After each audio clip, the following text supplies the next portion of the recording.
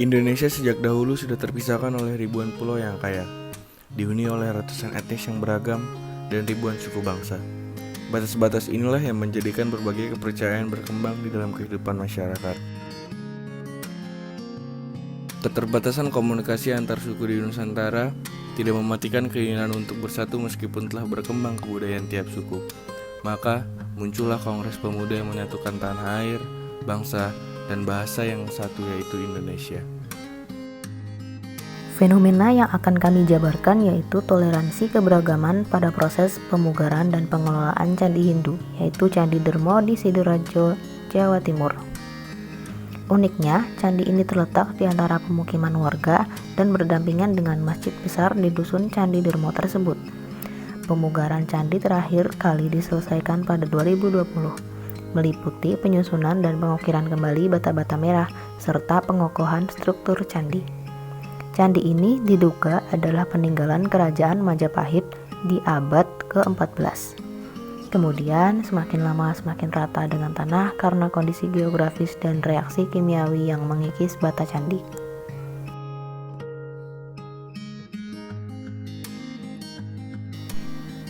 Setelah dipugar, beberapa kelompok orang dari umat Hindu terkadang mengadakan upacara keagamaan dan berdoa kepada nenek moyang di candi itu.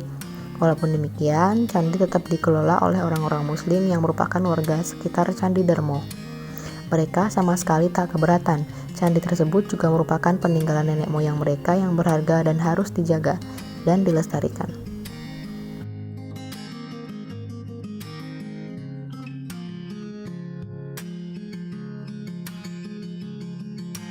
Fenomena multikulturalisme ini sebagai dimensi kebudayaan yang mempengaruhi dan mengikat, yaitu Indonesia telah lama hidup dalam keberagaman dan pendampingan. Mereka menyadari bahwa manusia dilahirkan dengan kesadaran sosial dan budaya yang berbeda-beda. Terlepas dari fenomena yang telah disebutkan tadi, pada dasarnya perawatan candi lainnya tidak lepas dari keinginan orang-orang, terutama para ahli, dalam mempelajari sejarah berharga. Mereka merasa memiliki dan bertanggung jawab. Tidak mempedulikan mereka dari etnis mana maupun agama apa.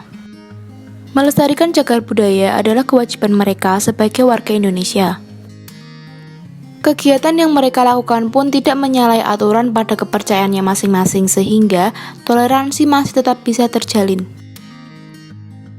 Fenomena multikulturalisme tersebut sebagai sebuah dimensi politik dapat disimpulkan karena adanya sistem demokrasi dan hak asasi manusia yang dianut oleh bangsa Indonesia.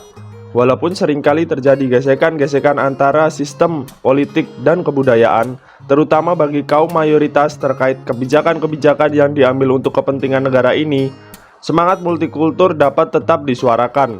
Pengakuan terhadap minoritas, toleransi, dan pengendalian etnosentrisme tetap dijalankan beberapa kelompok yang semakin meluas dalam menyebarkan aspirasinya. Berbicara mengenai multikulturalisme adalah hal yang kompleks. Kita tidak dapat menyimpulkan beberapa persentase tingkat toleransi di Indonesia yang beragam ini.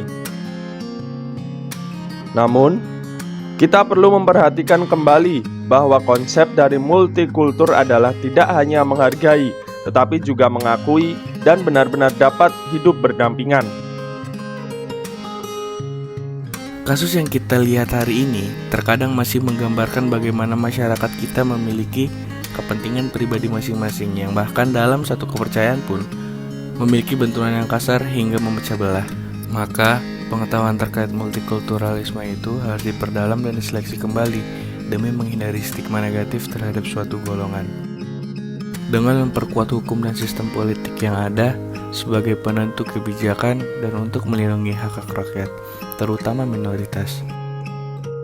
Selain itu, sebagai masyarakat milenial, kita dapat menggunakan berbagai media untuk menyuarakan keadilan dan menyebarluaskan semangat multikulturalisme di Indonesia.